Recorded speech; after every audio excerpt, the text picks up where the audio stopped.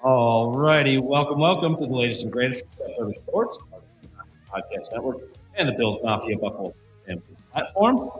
Live, Rich Ralph Going, located at 5 South 20th Street, near Buffalo Bills backers bar. Don't forget to subscribe to our socials on all our platforms at CFMAZ, CFMAZ, or SV the Don NHL, or on YouTube at Step Further Sports. And do all those great engagement functions like videos, rate, review, all that other great stuff. We always appreciate it. And folks, we are now post-Super Bowl, nearly a week into the Olympic break for the NHL. Team USA curb stomped Latvia today by a score of 5-1. More on that later. I think many of us are just hotly waiting for that USA-Canada matchup. But hey, don't sleep on Finland or Sweden. But we're glad to be joined once more by our friends of the show from the airwaves of WGR Sports Radio 550 or on the Odyssey app if you're outside of Western New York. But you can also hear their regularly excellent shows on the Extra Point Show, the Nightcap, Sports Talk Saturday, whenever they're produced, and the producer's chairs for the station, or anytime they might just happen to be filling in. So please welcome back, once again, our friends Derek Kramer and Zach Jones. How we doing? What up, boys? We're great. Hey. What's going on? All right. Gentlemen, how goes it? So obviously, talked a little bit off camera on a few things, especially about weather. We thawed out a bit here in the South, but you guys just continue to be in your deep freeze. So doing a vibe check, more or less. I'm in hell. It won't end. It won't end. I'm constantly cold all of the time. Just won't end. You know what? It's sometimes you like to relate to a movie or like a television show or something like that. I don't know about Hoth on Star Wars, but that's kind of where we are. So have you had to go out on Tauntaun at this point? Yeah. Yes. I got my Tauntaun ready to go to work, and that's how I get to the show every day. Excellent. Hey, hopefully you don't have to rip them open anytime at all, but at the same time, wouldn't expect anything less. Everybody's had to do some trip to Wegmans or Tops or your grocery store of choice in that manner before. So again, our sympathies to you. I mean, hey, with the beer to hunker down, you got to get it. Hey, so you like we said, you got to do what you got to do at this point. But still, gentlemen, we are glad to have you on as always. Outside of work related things, anything new and exciting in your guys' lives that you're able to share? Nothing really. I mean, the Bills season ended and we got busier. So honestly, not beautiful too irony much. Of that. Right. So honestly, not too much. I mean, we're still, we were mentioning the weather there, so not going outside or anything like that. We've got Valentine's Day coming up, over the weekend. Me and my girlfriend are going to do something on Sunday, so that'll be nice. Hope you got your dates plans lined up for you, all ready to go there. But so outside of that, it's just I'm gearing up for draft season once the Olympics is done and the trade deadline passes for the NHL. You really think you're going to spend that long before you get to it? No. Come on, man. I'm already ready to talk about guys. As your friend, I have to point that out. I'm ready to ride. I have to be respectful to everybody else. Like, take your time. You'll all get here. It's okay. But that's the train ain't going without you. But don't hide it from people. You're already looking at stuff. Come on. Yeah, it's over. Be real here. It's bad. I read a mock draft every morning. Yeah. Nice. Today's show got me back into looking at more mock drafts and more 150s because, I mean, where are we at? 26, boys? 26? Yep. 26. I like it. And the worst part is I don't have nearly as much going on. So, hey, you know what? We'll see what we've got. But, yeah, I just need the cold to stop being really just blown in our faces. I could deal with it otherwise, but, I don't need it reminded and shoved in my face like the way it is. I literally went down. So I went down to Florida from Atlanta. We had as cold as it was in Buffalo. I'm literally checking Richmond where Chris is. I'm checking where my parents are, where you guys are in Buffalo. And it's the same. It's 15 degrees in Atlanta. And I'm like, dude, what is going on? Yeah. I fly down to Lauderdale because I have business partners down there. And I land and it's 40. I'm like, dude, are you kidding me? No matter where I was trying to go, I could not escape the cold. And the 4 days I was down there, I don't think it broke 55. Oh, no, not 55. Oh, the horror. I know. But I'm just saying. That minus 11. That was the Sabres road trip down in Florida, though. It was anyone that was going to those games. I was there. That's where I was. Right? That's where I was. I went down for the Panthers game. I was there. Row 6, I think it was. sick. We're like dealing with like 60-degree differences while you're dealing with that, man. I feel so bad. Here's the violin. I know. Yeah, the smallest, saddest violin song while you're playing that too, right? Can you imagine in our lifetime if there's like one of those what was it, the movie 2012? Like some deep freeze that really happens. All the apocalypse movies, yeah, man. The Day After Tomorrow. Can't get away. Yeah, exactly.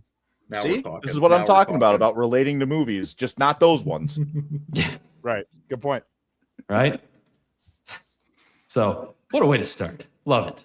So, but gentlemen, to get more on the sports side of things, of course, we were treated, I guess you could say, with a Super Bowl with, let's just say there were takes of kinds on there, whether you were overly unenthused by the game or you were just enjoying a bludgeoning of the New England Patriots. There's a lot to still take away from it on there. So you can give some love to journeyman Sam Darnold, who is now a Super Bowl champion, first of that 2018 quarterback class. You can appreciate that defensive dominance by Seattle, and you could also give some credit to Christian Gonzalez on New England too. Hey, that pass breakup on JSN into the end zone, that was pretty spectacular. But the thing I'm trying to avoid with this is the Patriots are frauds, that kind of thing. Like you could argue, yes, partially of that, but I'm trying to not be as hot takey as some of the talking head shows tend to be with that too, or using that Drake the Schedule May nickname as well. But at the same time, did you guys have any major takeaways from the game for either of you, other than for most people, of course, it was mostly a snoozer, especially for the non-football and sports junkies that we are. But furthermore, with the way the Patriots really played the game, does that give Bills Mafia any like signs of hope that the AFC East can be retaken next season? I mean, what are your guys' initial thoughts after that? I mean, for me, like I would say probably my biggest takeaway is that it was an unsurprising Super Bowl. Like when we got the matchup, I think most of us assumed Seattle would probably win comfortably. They in fact do win comfortably. I think with the Patriots, the big thing with them is that I think that did kind of show, though, that they did take advantage of a weak schedule. They got a very nice run in the playoffs. And to that, though, I think it showed off just how much luck does play a factor into it. As much as people don't like to admit that or really want to, put luck at front and center, luck plays a factor in like all of our lives. Like in everything we do, you have to get a little bit of luck. That's very much true in sports. And the Patriots got a little bit of that. It may not come again. They're not a complete roster. They have real questions at wide receiver. They have real questions on their offensive line, especially. And Drake May, who's maybe the least questioned guy up to this point. I mean, he finished second in the MVP, had himself a really bad postseason, like just objectively so. He had a bad postseason and did not have a very good Super Bowl. I think they're going to be around for a while here. I also think, though, they won't deal with a Bills team that is sort of kind of middling, ultimately the AFC East. A Chiefs team that's just kind of flat out bad.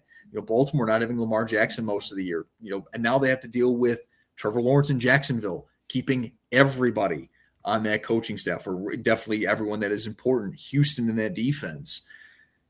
What does Pittsburgh look like? Do they throw a ton of money at Malik Willis and get interesting with Mike McCarthy? I don't know. I mean, but Pittsburgh never goes away. But ultimately, they got a lot to swing their way, and they made it to the Super Bowl. And they had moments that they could maybe swallow that apple, and they didn't. I will say, though, I think my biggest takeaway as a whole is just I think defense wins championships. That old saying, the old adage, I think that is becoming more and more true. Not even just the last two. You could even go back to the Chiefs back-to-back when they were really led by their defense. You could say the Chiefs-Bucs Super Bowl as well. Yeah, the Buccaneers, right? They get after Mahomes like crazy. And so I think more than ever, and I'm still an offensive guy. My favorite position in the sport is still wide receiver. But you've got to have game changers on defense, because if you don't, you're just not going to be able to keep up with these teams. Because Seattle, I think on paper, is more talented than Buffalo. Buffalo has the ultimate game changer at quarterback. It may not have mattered if the Bills were in that game. I think that what we're looking at also is kind of a dominant run starting with the conference that doesn't have the elite quarterback play. It is about the team building. It is about the big times that you have to be with drafting and how consistent you have to be with drafting. All in all, you're seeing more and more of that. The AFC is getting a couple of fluky teams, like Zach said, last year's Kansas City, this year's New England, and they're facing more complete, better drafted teams in the NFC. It is starting to become one of these weird sagas within the AFC where it's either the Chiefs show up with a good roster that year, or it's a team that shows that they don't belong, and even Kansas City checked that box before as well. The problem with the Bills is they keep also being a team that doesn't belong in the divisional or the AFC Championship game just because they bow out. And they're part of the problem. And we all know that, with the shows that we do, we've been criticizing Brandon Beane. We've been criticizing how the roster construction's there.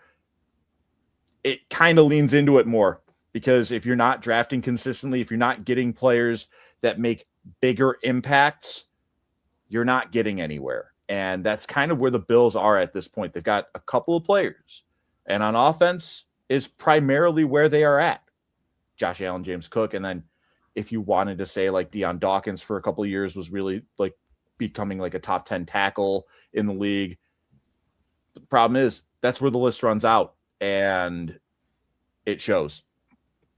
Yeah. I mean, Deion Dawkins himself being a lot of subject of some trade chatter, which is shocking as well. So that's shocking. I think they need to shed some cap. But Chris, real quick, I just wanted to say one more thing about the Super Bowl. I do think you got to give credit to the Patriots. I think we would all agree they're ahead of schedule, and I think the thing is like they played who's on the schedule. They survived and advanced, and what worries me more so anything, like moving forward, they have a ton of cap to spend and kind of build around Drake May while he's still on that rookie deal.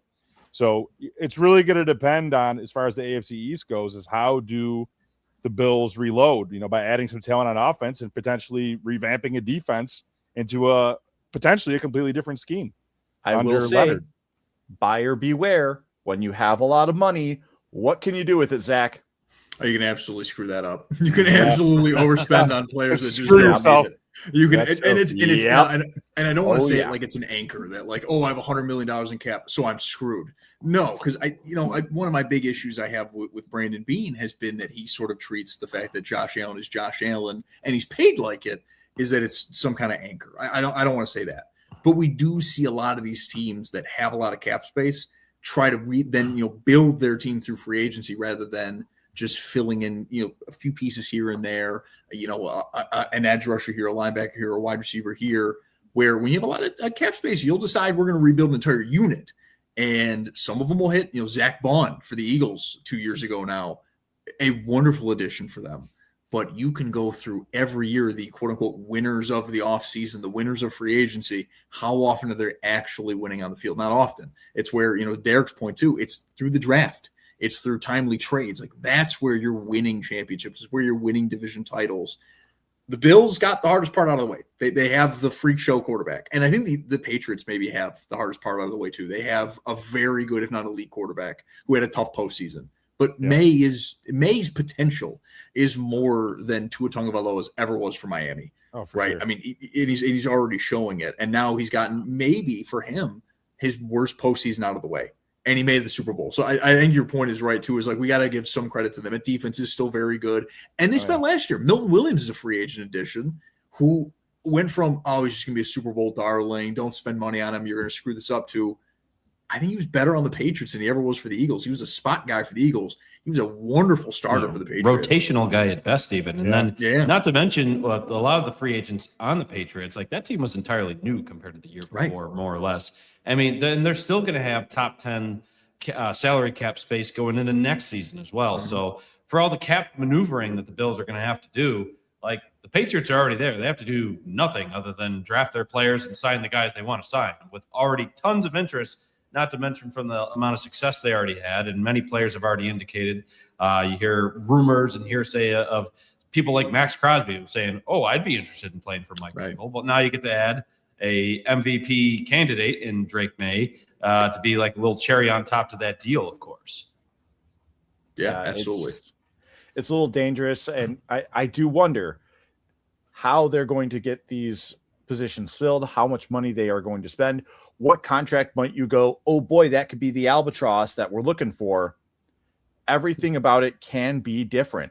And I don't know. It's going to be a balance that needs to be there. There's going to be a balance that needs to be played out.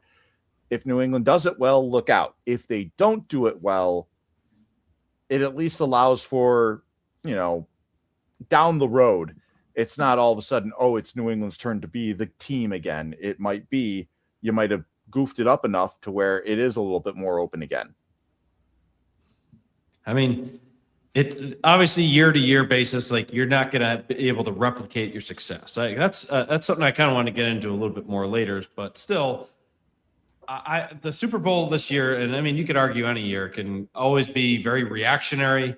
And it's just like, all right, what next steps is everybody going to take? But still, I do think focusing on it too much can paint the wrong picture for what teams should do, especially with just the way it played out, because many people thought, again, that Denver had Bo Nix playing as opposed to Jarrett Stidham. They should be the ones rightfully in there. You could have had a little bit more of a, I guess you could say, interesting game of sorts, but still, we'll never know just based on the way the events unfolded. But as we're sitting here right now, obviously it's a little bit of a tape delay on here too. We have some Olympics on as we speak right here. Yeah. Shawnee V, take it away with this. Yeah, I definitely want to hear your guys' takes on the Olympics so far. Doesn't necessarily have to be hockey, although men's hockey kicked off today for the most part. Before the Olympics started, I mean, I don't know that this is like a off-the-wall prediction, but I predicted a double U.S. win in hockey, both the women's and the men's team, which men's slight underdog. I think they're like plus 200. Canada was going off for like minus 120 or something. The women, they're a wagon. Looks like they're killing it. What are they? Hillary Knight is inevitable. God. Like, I don't think anybody's beating them. That's a foregone conclusion. But the men's today, feel free to talk about the women. Interesting. So the big powers show up. We're expecting U.S., Canada, Sweden. Rasmus Dahlin plays his ass off. 3 points, looking like arguably the best player out there, anchoring their first unit power play, which seems to me one Olympic overdue. I feel like he should have maybe been doing that last time out, but a lot of the elder statesmen, he's like the guy in his prime now. And then the USA today comes out. The Kachuk brothers get the boys on the board. They're in a tough game with Latvia, old friend Zembis Girgensson, before they decide to hit the gas. And our boy right here, Taji, with a nice in tight tuck, backhand tuck. Really nice. Some hands, man. So what have you guys seen? And so far, does everything? Did you see any flaws with the team? I know it's only really been one game, but how do you see it playing out? I mean, can we expect? You think it's going to be U.S. Canada? Is anybody else you think will surprise, or what are your guys' thoughts on how the hockey will go? Yes, to you legends, no less. Thank you for that, Keenan. Thanks, Keenan. For the Olympics, like, I'm always kind of curious how it goes. Like, this is the old saying is best on best now. The NHL players are back, which I'm excited for. We got through the first round of games for each team, right? I don't think we've got anybody that's got to play the first game anymore. And it was all blowouts. Like, the best teams all won. And I don't say that necessarily as a negative. Like, it's day 1 and 2. We're fine. We'll get to some of these better games. But, like, Canada handles Czechia. No issues. 5-0. They move on. USA had 2 goals disallowed and a post hit. They win 5-1. Like, they just annihilated them. Germany handles Denmark pretty comfortably. Slovakia takes down a Finland team who is very much hurt. Barkov is not there for them. That's a big miss for them. And yeah, I think up to this point, it feels like it's going to be the favorites. I think USA and Canada, after the Four Nations, both have a taste for blood. Olympic hockey and Four Nations hockey, a little bit different. We can't have fights, which is somewhat disappointing because that was sort of the iconic moment of that tournament last year. But to that point, you're going to get very skillful hockey. Both of these teams are going to go for it. And listening to Don Granato, former Sabres head coach, this morning on with Jeremy and Joe, that was wild hearing him, by the way. Yeah, right. Yeah, I love hearing him again. I do an love absolute gem. He is. I wish it would have worked. Still lives in Buffalo. Mm-hmm. Yeah, good for him. But I like that he pointed out that, like, it's a quick tournament. There's no traveling. It's essentially going to get banged out fast. And so for these guys, like, they're going to just kind of live off the moment and build off of that. And it's going to take them. And you can see, like, a lot of these guys have been waiting for the best on best to be back, or, well, really just NHL players to be back. And many of them will probably see it as very much legacy defining for them. Crosby still playing at the level he does for Team Canada. This is huge. Me and Derek talked about it last year during the Four Nations, how a guy like Austin Matthews, who his Toronto career, while it's been wonderful in terms of the regular season and all the goal scoring records, the Rocket Richards, all that stuff, his entire career for Toronto is sort of going to be remembered for the lack of playoff success. Right. Marner already is kind of known for that, even as good as he's been. And so this could be a huge moment for him to notch something for himself. And then you even have some of these other guys. Tage Thompson was not on the Four Nations roster. And now game one gets a beautiful goal on the power plays on their first power play unit. And he's on a line with Larkin and Connor. I think this is all heading towards USA Canada. I think they have the deepest rosters. And I think both are desperate as hell to play each other again. I do wonder what's going to happen with bracket play. Based on the seeding, how everything's going to go. I am going to be very curious about what happens in the elimination rounds, because of the fact that all it takes is one game, one bad slip up, and you're done. Germany looks like one of those interesting teams to look out for. They're top heavy, but they're really good, and they handle the Swiss today. The Swiss, who typically quietly always hang around in that middle of the pack when it comes to the IIHF. Sweden, that's going to be a team that you cannot take lightly. The Finns got smacked around in their first game, surprisingly, but I think, oddly enough, honestly, it's their defensive core. I think that's what's going to let them down. I don't miss watching Henri Jokiharju on a nightly basis, and Finland proved that again. Ghost of defenseman past right there. Yeah, so that was a classic right there. We all love to see that. But I think that ultimately, when it comes down to this, it's going to be, how can you do this skill-wise? And there's an interesting trend that happened in this game that I didn't love, which was Trocheck rotating in on Tage Thompson's minutes 5v5. I don't love that. I don't think that's a good idea. And if they do it in continuous games, you're not facing Latvia every time.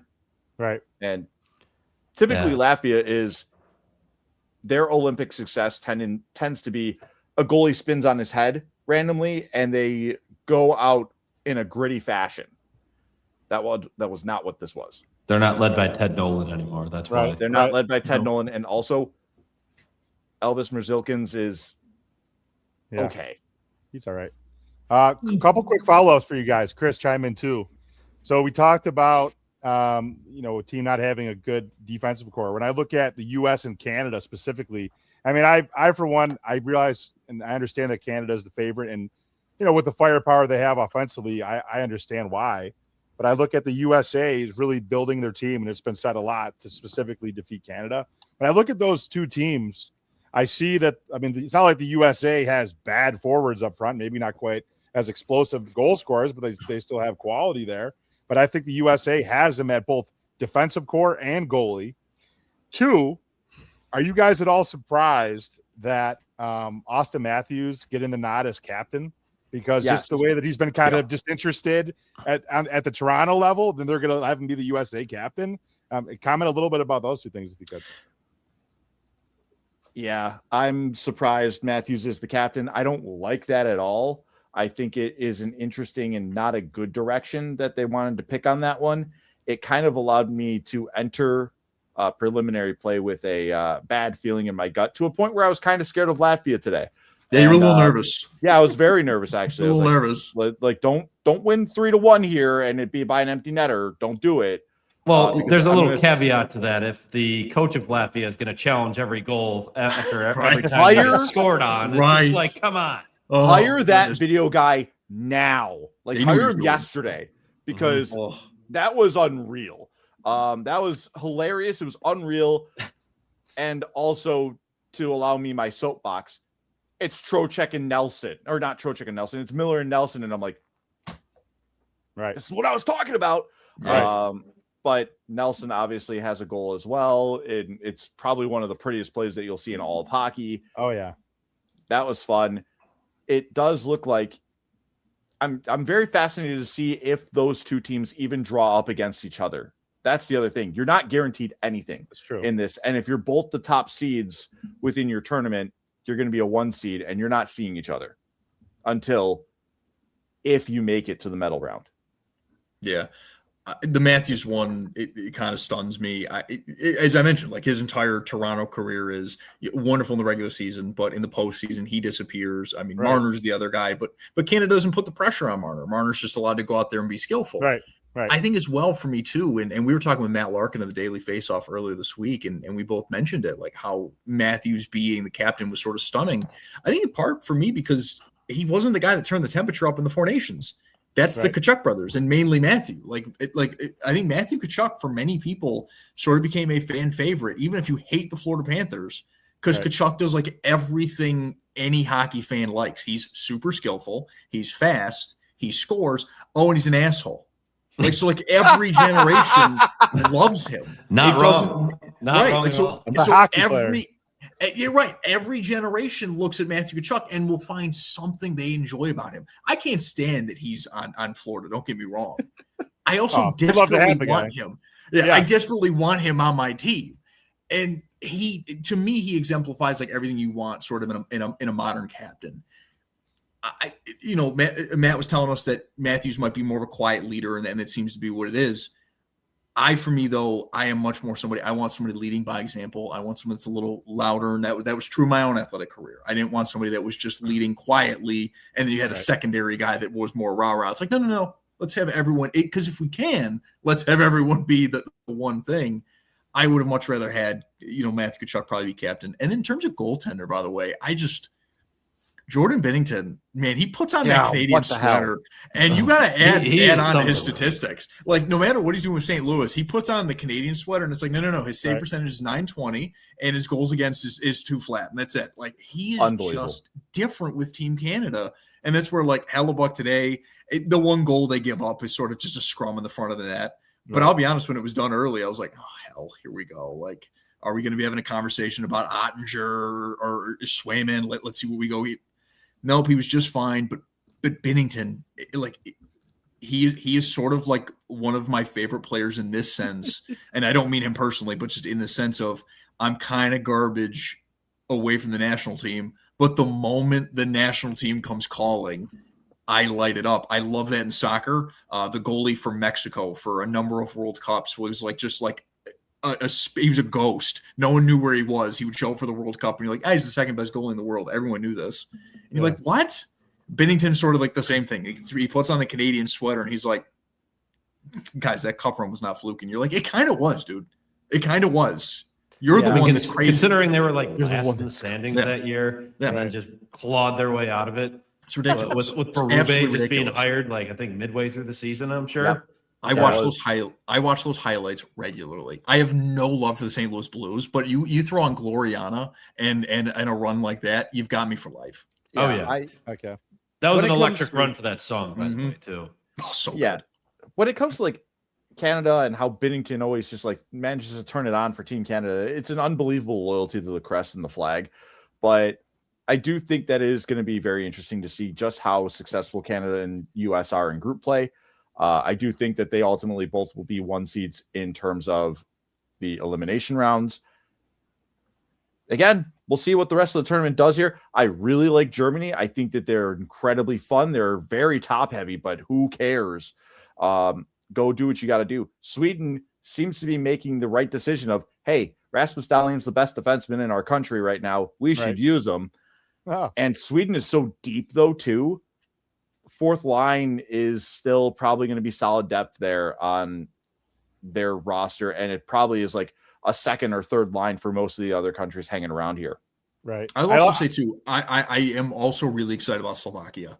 Yaroslav Slavkovsky, 9 goals in 8 Olympic games. He had 3 points the other day. Talk about little to crest. Another guy that shows up for, he's been turning it on for Montreal. Don't get me wrong. He's not considered a bust by any means, but he's sort of, of the young Montreal talent. He is a little bit of the forgotten one. He's kind of there. Demidov. Right. He's kind of there. He's not Demidov. He's not Lane Hudson.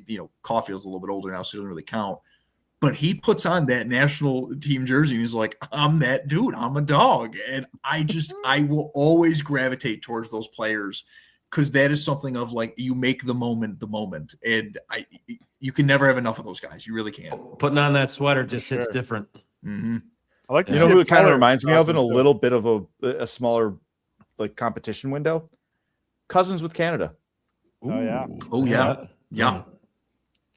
I mean, that definitely like makes sense because a lot of those guys have World Juniors experience. But you talked about Slavkovsky. He was able to play the last Olympics because he wasn't technically an NHLer, of course. So that one, I like again for him to have already 9 goals in Olympic play is super impressive. Good.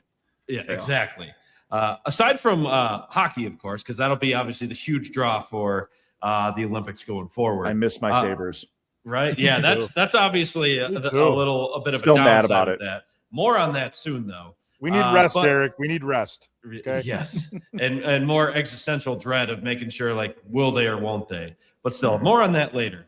But Derek, you and Joe Cali made me chuckle this past weekend when you guys were on Sports Talk Saturday because you were like a power ranking all the different events on there. Because I particularly enjoyed when Joe Yurden brought up the biathlon. When, so just how much is that the one with the skiing and the gun and the rifle? Yes. Skiing and the gun, yes. Okay, good. There's a lot from that show to unfold. First of all, Callie forgetting alphabet. But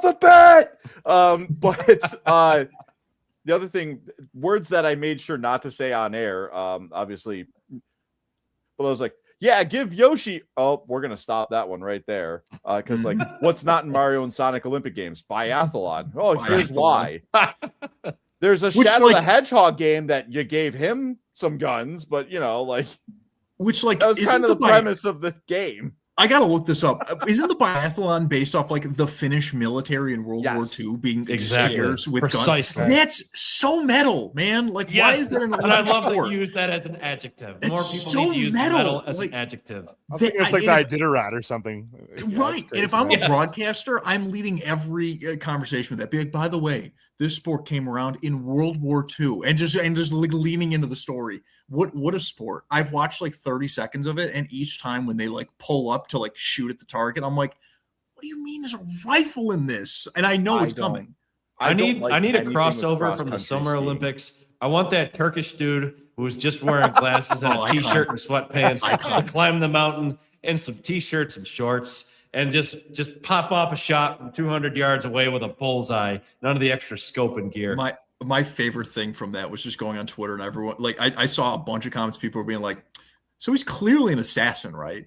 Like, everyone's like he's clearly a killer. Yeah. Like, it's like, no, he's just an average dude that just is good at this. And everyone's like, okay. Why don't you check his email? Come on. He's an assassin. That said, anything cross-country skiing, I'm turning it off. So that includes the biathlon. So we're cooked there. But curling, I understood the rules within 48 hours. Yep. Thanks to mixed doubles, Corey TC, Corey Dropkin, taking silver for Team USA. Zach's with me for both of those matches as we're in the studio, we're preparing the show, doing the shows, and I learned everything I needed to learn about curling in 2 days. I now understand all of the scoring. I understand that there's power plays there. Did you know that? There's innings and power plays. Don't let Seth Abbott near any curling matches. Right. But then also luge, skeleton. Those immediately draw my eyeballs, and I'm just like, oh my God, they're going so fast. Snowboarding, freestyle, for skiing and snowboarding both. I love watching Olympic Games because there is so much to it. I will make one correction from that tier list that I created from Saturday, Chris, and that is short track speed skating. We're moving that up because there are crashes, chaos, and wild.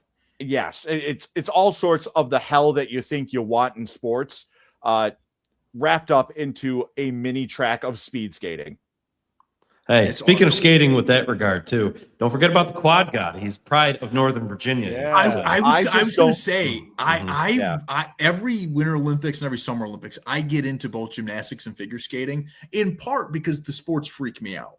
Like it's like with gymnastics, I'm watching, in a sense, many times, very short people throw themselves into the air and flip as many times as humanly possible. And if you watch any of their practice footage, they fall all the time. And I'm like, nope, I'm cool. Not for me. And then you add ice onto that. And they're like, I'm just going to do flips. And on Quad God, by the way, he does back flips and gets no points. He does it for the love of the game. Like that's how you just to show off. Like that's how you get me into a sport. And I think I saw maybe an article for maybe Awful Announcing, or I can't remember who wrote the article, but it was talking about Ilya Malinin and just basically how he's these athletes you see in these very specific sports. Like I was a swimmer for almost 15 years of my life. Did it in college for a year, the whole thing. And Phelps was this. Like you had to pay attention to Phelps, and swimming already had quite a bit of a following in the Summer Olympics, but Phelps was that guy. Simone Biles with gymnastics, like it didn't matter if you liked gymnastics or not. You had to follow. You had to see what she was doing, and it was comparing Malin to this too. Of like, he is so different in how the sport has been done. You have to keep up on him, and that's all I want to do. Like, I want to be at the forefront with this stuff. It's why I like college basketball too. I like being at the forefront of some of these mid majors when they're coming up, or even years before they have D1 eligibility. I was like that with Grand Canyon when they still had Dan Marley as their coach, all those years ago, or UC San Diego. I absolutely adore that stuff. And the Olympics is the perfect bit of that. Because, we learned the rules of curling. We won't need to learn those or know those rules for another 4 years. Like these very arguably niche sports, you learn a lot about them for 2 or 3 weeks, and then they're gone. And I think there's something very beautiful about that of like, everyone's watching, everyone's paying attention, and you have some of these like great moments, and then it's gone. It just as fast as it showed up. We talked about that with the hockey, where maybe the best thing for these guys is that it's not a long tournament. It's very quick. They don't have many days off. They're not traveling. But in that sense, this is going to be over with very quickly. We haven't even talked about the U.S. women. Their quarterfinal game is tomorrow. Oh my God. I mean, the tournament's going to be over with, I think, in the middle of next week or late next week. Yep. And I've never seen a dominant force like this, the way that they are whooping everyone's ass very consistently right now. Mm-hmm. Even Canada had no shot against them. No, they're just getting smoked. But it's not just the Olympics there with the U.S. and Canada. The rivalry series, U.S. women, take them to the woodshed on that too. So it is just an evolution of how the U.S. women has become the superior product in terms of ice hockey, and it's not even close. I think that Canada is going through this transitionary period right now where their roster is older and they need to find younger and faster solutions to what the U.S. is bringing to them right now, because it's not good. The answer that they have currently on the ice, it's not good. And they need to figure it out and get younger, get faster, and do it quickly, because it's kind of showing a weird switch all of a sudden here, where now the U.S. women are expected to win gold, and it's not even close. Speaking of which, I do want to give Chris, I know we're going to talk about some betting in a little bit. So for tomorrow's, the women, okay, you have Italy versus U.S. and Germany versus Canada. Money lines are off. The U.S. is giving, the spread is 6.5. Canada is 5.5 against Germany. I think that's too gracious for the Italians. Right. You know what's funny though? It'll probably be 5-0, because that's just what the U.S. women do. It's either 5-0 or 5-1. Like they top themselves out of 5 goals. Derek's right though. I mean, we were saying this maybe on air or off air. It was off air. It's 8-0 though. Like they're I'm looking at 8. Yeah, give the 6.5 with confidence. Yeah, they might hit 11. I don't know, man. They're terrifying. So good. Oh my goodness. Absolute wagon. One last point on the Olympics before we kind of transition a bit. You mentioned more niche style like sports being on here. One of the things that I was just seeing on the tape delay for the Olympics, I have it on the background right now, is half pipe snowboarding on here. I love it. And I saw Chloe Kim. I would have never known, one, about Chloe Kim, first off, but second of all, she dates Myles Garrett. Like, she dates Myles Garrett. Yeah, these little like things that you would have never known were like a thing. It just like elevates that to just a whole nother level, which I think is awesome. So, like the Paul brother dating the Dutch speed skater. She's amazing. Yeah, super hot and super talented. Yes, unfortunately, she breaks an Olympic record. This whole thing. It's not that she's dating someone; that she's dating Jake Paul. Right. I'll be honest though, like it threw me. Like she breaks the Olympic record, and you see the camera pan over, and Paul is just in tears, and I'm like, good for him. Oh my god, he's a real person. He's got some emotions to him. No, I didn't say a good person. I didn't say a good person, but a real person. Real person. It's a real person. Right. That's good. But I was like, oh man, supremely debatable. But supremely debatable. Yes, the neat thing I thought with Garrett, he's actively taking like photos with like a giant camera lens on there. Like you see him like in the background pointed out on there. I think the NBC broadcast made like a point to show him and Chloe Kim's dad next to each other, just taking pictures with like a giant image of her face on like a zip up hoodie. I'm like, that's awesome. I'm always there for wife guys, like you.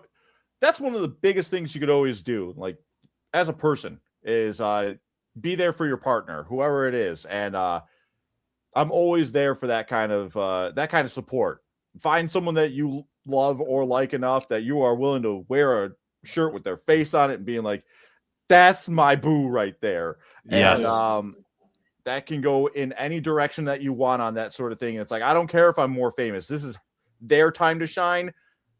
Sure, look at me for whatever reasons you need to point a camera there, but you better put that I'm here for a reason, and it's not because of me. It's not because I'm bored. It's because I'm here to support my partner. I'm being supportive, and I'm always there for that kind of thing. You should show up to court, Chris, with some Emily faces on some shirts. Do it. Yeah, right? I'm not sure if she'd kick us out, be mortified, all of the above. You never know. But probably. Only one way to find out. Yeah, right. Hey, we'll order the t-shirts now. That'll be great. We'll order the t-shirts now. To kind of circle back again, I hate to circle back to the Bills as we were talking about them before, but we wanted to do this before we get into our Sabres itch, of course, too. Right. But obviously, a full-on off-season mode. Coaching staff set. A lot of people happy with Jim Leonard being now the D coordinator. The draft, Derek, I have to ask, are we going to get a remix of Mock Draft Simulator this year? It's what the people want to know. Mock Draft Simulator. See? I will say the brain rot is there good enough that maybe that it needs to come back, because the fact that it infected enough brains, maybe there does need to be a remix to the edition. A little less wide receiver mention, maybe not. I don't know. You should get a chorus for it. That'd be amazing. Yeah. But I will say it right now. I had an entire 2.5-minute song written for that bit. Nice. I did not record the entire 2.5-minute bit, but it is still one of the dumbest things ever, inspired by Game Grumps. And I love that platform. That's great. Dude. Because they played a forklift simulator, and the next thing you know, they're just singing something stupid about forklift simulator. And I'm like, what if I did this for nobody asked for it? So maybe being on more shows more frequently right now, I'm in the building more. Hey, the people want to hear, Derek. Speaking of which, Derek, we will be at that draft. Am I allowed to say that, Chris? Is that a secret? Yes, we are planning to go to the draft. There you go. So if you guys want us to call in live on location, we got you. It was funny. This is one of those drafts. Like, I mean, the last 4 years, I've been working every NFL draft. Yeah. This was like the one I was like, oh, I'd love to go. Even if it's like Saturday, if it's Saturday for like rounds 4 through 7, I'm like, oh, I'd love to be there. It's an easy drive. It's not hard by. Don't forget, next year's in DC on the National Mall. That'd be a hell of a vibe too. There you go. That would be pretty good. That would be pretty good. Here's your behind the scenes moment. Screw that. The Sabres make the playoffs. Fuck the draft. I don't care at that point. Hockey, baby. I was thinking about this too. Just like I told our program director to his face, I'm like, look, Alan, if they make the playoffs, I am betraying you. I am not doing the draft that night. I'm at the arena. Send me up with Koziel, and I'll talk to you later.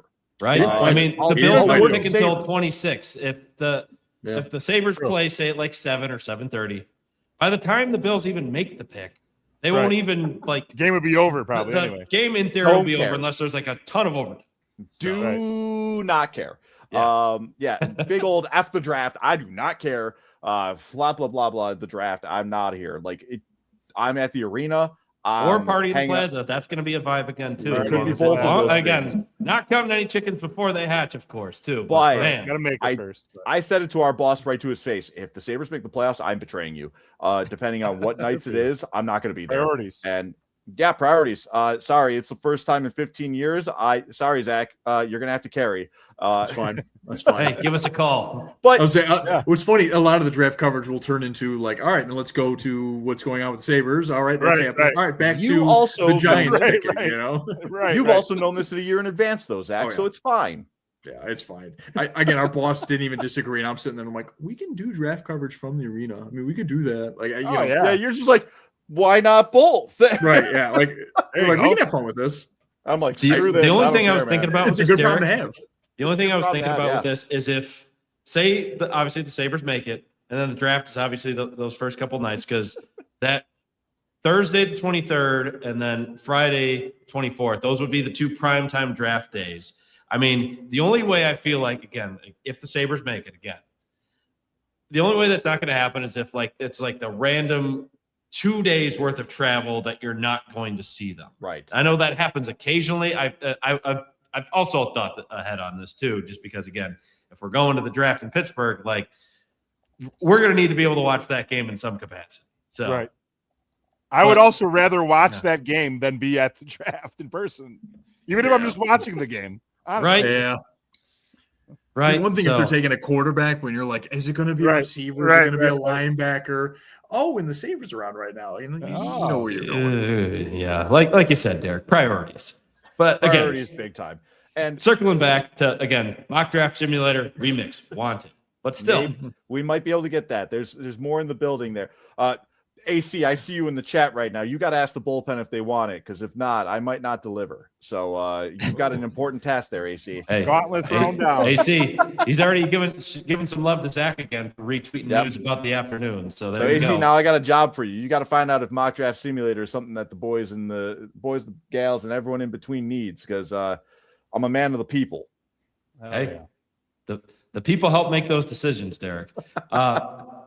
Getting back to, we mentioned Deion Dawkins earlier. You can also throw Dawson Knox into this mix, because their names have come up often, and I've mentioned Curtis Samuel, any of these guys, cap casualties for the Bills, of course.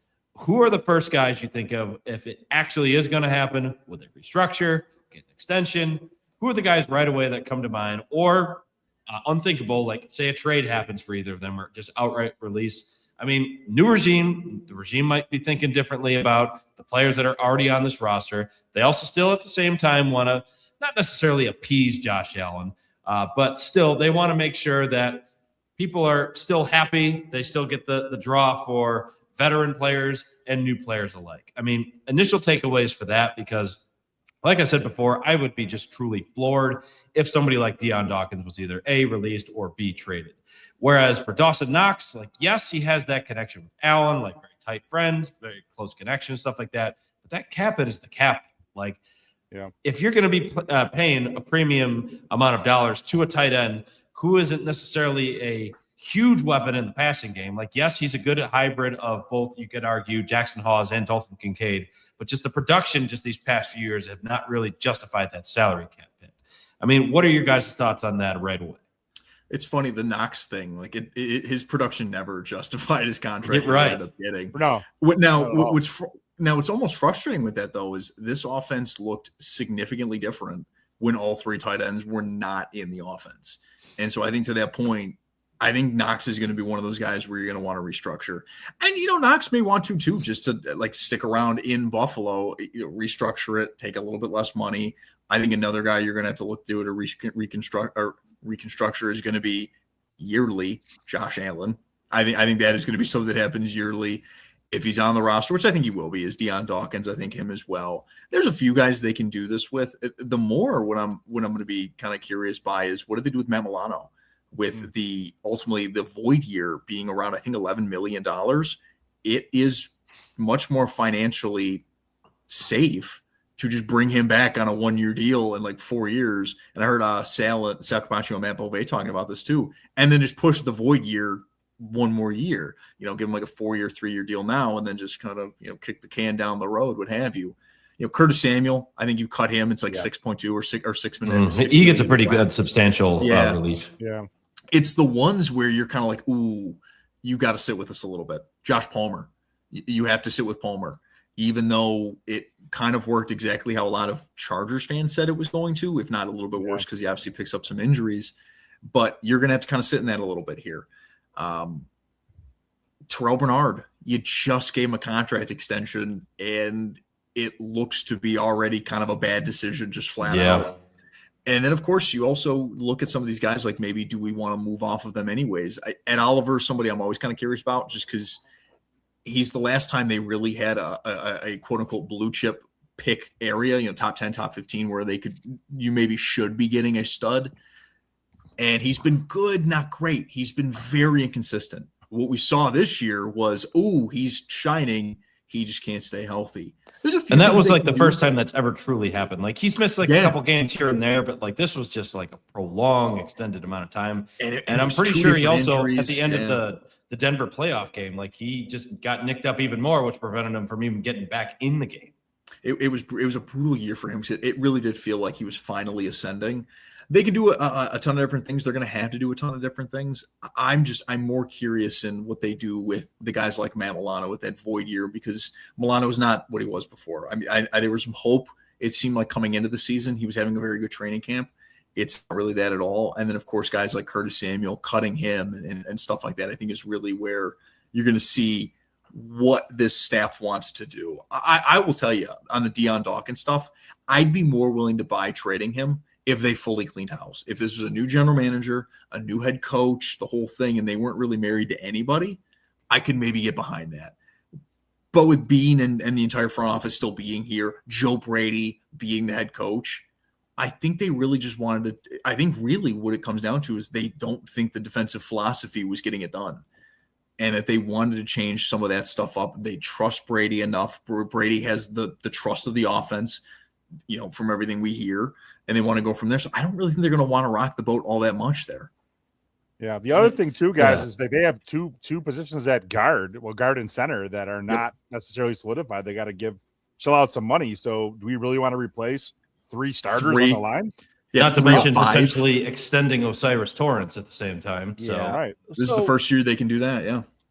To speak on the big boys as a big boy, I do think that they are in better position than most teams are when it comes to having to move on from a couple of players on the interior line. I think Alec Anderson can move into any position on the offensive line and be a starter for them day one.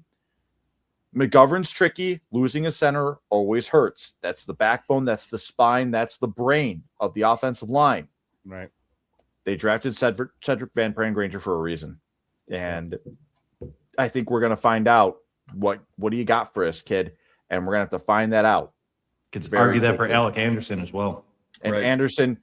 Anderson's one that I can put him anywhere on the line. Wherever there's the hole there, say Van Pran-Granger doesn't really fill in that well. Anderson can play center. He has done it in a pinch. Especially with Van Pran-Granger hurt this year. Tylen Grable as well, available. You've got Grable, Chase Lunt, yes. Yeah, you've got your draft. That's something I do like about the Bills, is that they do invest at least a day 3 pick in the offensive line every year. We talked with Ian Hartitz today, and he said that's probably one of the smarter things that they do is they just keep investing in the offensive line, because it can be a very quick turnaround from having one of the better offensive lines in the league to being absolute garbage. And not to mention, there's a bit of continuity with keeping Austin Gunn on, despite hiring the coach from Pittsburgh just now. But he also still had the connection to Aaron Kramer still. So the system will likely still be relatively in place for the offensive line and having the continuity. So might not necessarily be a huge blow if necessarily you had to lose someone like McGovern or David Edwards per se, but still. And not to mention, you also have Ryan Vandenmark. He's one of their few RFAs as well. So he'll still be potentially available for the Bills unless he gets a better offer from another team. But to keep going a bit on the Bills, I mean, I'm trying to find my word choice on this carefully, because I was trying to take some notes on this, because I feel like I've gotten to a point where I'm looking on whether it's social media, which is probably the last place you need to look for, or just having conversations in general. I feel like to a point where with Bills fans, they're coming off, I think, more than a bit entitled. I mean, Sean, I know you want to talk a bit about this as well. I mean, having Allen and pieces in place that are on the team that have already been established, like Shakir and Dalton Kincaid and James Cook, you're still going to be a contender on offense, no question, especially because of Allen. Grand scheme of things, I mean, aside from division wins in the previous seasons, you're still a team with no Super Bowl appearances, let alone still only really making 2 AFC championship appearances. And I feel like fans are just expecting or outright just demanding them to be in the Super Bowl year after year. And this is Joe Brady's first year, his inaugural season as head coach. Already making that pressure cooker overflow on this. And then this past season alone showed that nothing's guaranteed. Didn't win the AFC East. They were a 6th seed. They had the hardest time getting to that 6th seed at times, it felt like. And this year also showed that Allen isn't completely invincible in the playoffs like he has been in the years past. He's getting nicked up more. Those injuries are lingering. I mean, yeah. Sean, what's the other part you wanted to add on that? I just wanted to add in, to your point, you talk about that pressure cooker. I mean, I think that's very real. You see that a team like the Patriots, brought in a new coach like Vrabel and turned their season around from being like a 4-win team to basically getting to the Super Bowl, within basically a season. And there's a lot of other teams that have turned it around, like a Seattle. Both teams that were there were not projected to really go far this year. But it's they make the changes that they do. They kind of more or less arrive at the conclusion that it's McDermott and the defense that have let them down, and they've retained Joe Brady. But, I mean, is it easy to say, or maybe not so easy to say, is it realistic that if this team doesn't turn it around this year, does Joe Brady and Brandon Beane, are they not out the door in 2 seasons together if they don't get this right? I mean, is that too crucial to say? I think there's a mix. I think context is always required with everything here. There could be a down season because the quarterback misses 4 games. Yeah. And I would guarantee you they're probably 1-3 at best if that happens, especially with how the roster is made up right now. So context will always matter in these circumstances because you can never truly guarantee or predict what's going to happen. It's true. And I'm always going to be on that wait and see kind of notion anyway. That said, Allen healthy, go through 2 full years, and there seems to be no progress. Yeah, if you need to get rid of the general manager, you don't want a lame duck head coach. You have to do a hard reset at that point. And I think that the problem with hiring Brady to be the head coach is you kind of did set him up for this. And the presser was Sean McDermott bad. I don't think that this is a good scenario, which is funny because Pagula in same said presser, he mentions no, it's not Super Bowl or bust for whoever the new coach is. Well, you promoted from within and you kind of pointed it all at the guy that was here is just cheeks. And the first thing you mentioned was playoff wall. What does success look like, being the everlasting, evergreen question he had, which is what many people thought was a fair thing for him to say, of course, despite all the other, let's just say, jumbling of words he had come out of his mouth throughout the duration of that presser. But still, I mean, is he not just setting him up for failure, first of all, like Sean was saying, but then also getting back to where Bills fans were previously, it just feels like these last couple of years, there's just an unearned arrogance. Because yes, the division wins have been wonderful. It sets them up to potentially win, but still never been able to beat Big Brother Chiefs, even though the Chiefs weren't in it this year. I mean, not to be a naysayer by any means, it's year after year, success can still be a good thing, of course, but it just depends how you define success. I mean, I'm getting to the point where you can't have this level of arrogance with the team anymore, especially when New England literally leapfrogged them. Yes, say what you want about the schedule, but still, they made the moves they needed to make happen. They won the games that needed to be won.